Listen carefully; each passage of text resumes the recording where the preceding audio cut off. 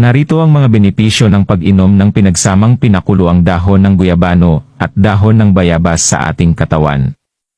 Una, panlinis sa atay, kidney, at kolon. Pangalawa, gamot sa rayuma at gout. Pangatlo, pampababa ng mataas na blood pressure.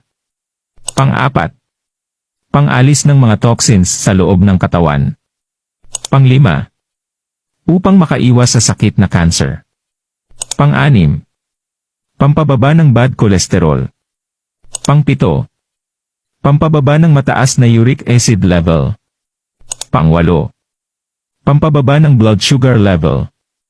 Pang-siyam, pampababa sa mataas na creatinine. Narito ang paraan kung paano gawin.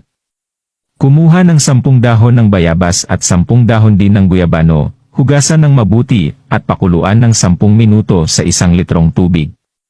Inumin 2 beses sa isang araw, 30 minutes bago kumain. Follow for more health tips.